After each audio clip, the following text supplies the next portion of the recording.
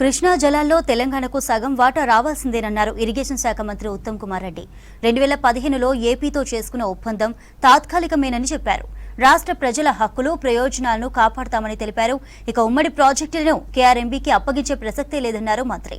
కృష్ణా జలాల కేసులపై అడ్వకేట్లు అధికారులతో కీలక సమావేశం నిర్వహించారు ఉత్తమ్.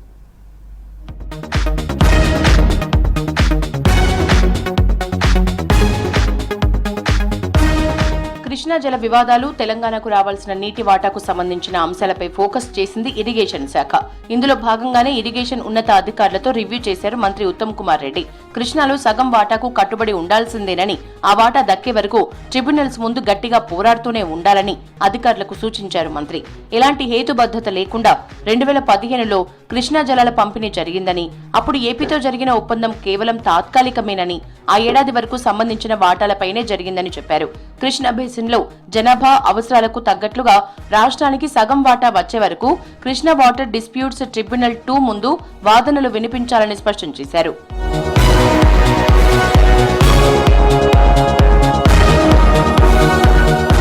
కృష్ణా జలాలకు సంబంధించి ట్రిబ్యునల్, సుప్రీంకోర్టులో పెండింగ్ లో ఉన్న కేసులపై హైదరాబాద్ జల సౌధలో సమావేశం నిర్వహించారు మంత్రి ఉత్తమ్. తెలంగాణ తరపున వాదిస్తున్న senior advocate CS Vaidyanathan, Ravinder Rao, irrigation శాఖ సలహాదారు ఆదిత్యనాథ్ దాస్, ఆ శాఖ secretary Rahul Bojja, special secretary Prashant Jeevan Patil, inter state water resources department కు చెందిన ఇంజనీర్లు సమావేశంలో పాల్గొన్నారు.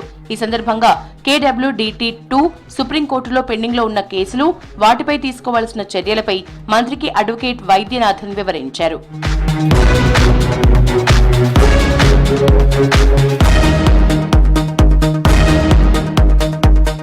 ఉమ్మడి ప్రాజెక్టులను కృష్ణా రివర్ మేనేజ్మెంట్ బోర్డు అప్పగించే ప్రసక్తే లేదని మరోసారి తేల్చి చెప్పారు మంత్రి ఉత్తమ్. నాగార్జునసాగర్, శ్రీశైలం ప్రాజెక్టుల్ని కేఆర్ఎంబీకి ఇవ్వబోమన్నారు. దీనికి సంబంధించి ఈ ఏడాది ఫిబ్రవరి 12న అసెంబ్లీలో తీర్మానం కూడా పాస్ చేశామని వివరించారు. కృష్ణా బేసిన్లో రాష్ట్రం ప్రజల ప్రయోజనాలు, నీటి హక్కులపై రాజీ పడే ప్రసక్తే లేదని, ఆ హక్కుల్ని కాపాడేందుకు ప్రభుత్వం చర్యలు తీసుకుంటుందని స్పష్టం చేశారు. KWDT2 అవార్డుపై సుప్రీంకోర్టులో ఇంకా కేసు పెండింగ్ లోనే ఉందని అడ్వకేట్ సిఎస్ వైద్యనాథన్ మంత్రి దృష్టికి తీసుకొచ్చారు. దీన్ని పరిష్కరించుకునేందుకు మహారాష్ట్ర, కర్ణాటకతోనూ చర్చలు జరిపితే బాగుంటుందని సూచించారు. దీనికి ఆమోదం తెలిపిన మంత్రి ఉత్తమ్ ఆ దిశగా చర్యలు చేపట్టాలని ఇరిగేషన్ శాఖ అధికారుల్ని ఆదేశించారు.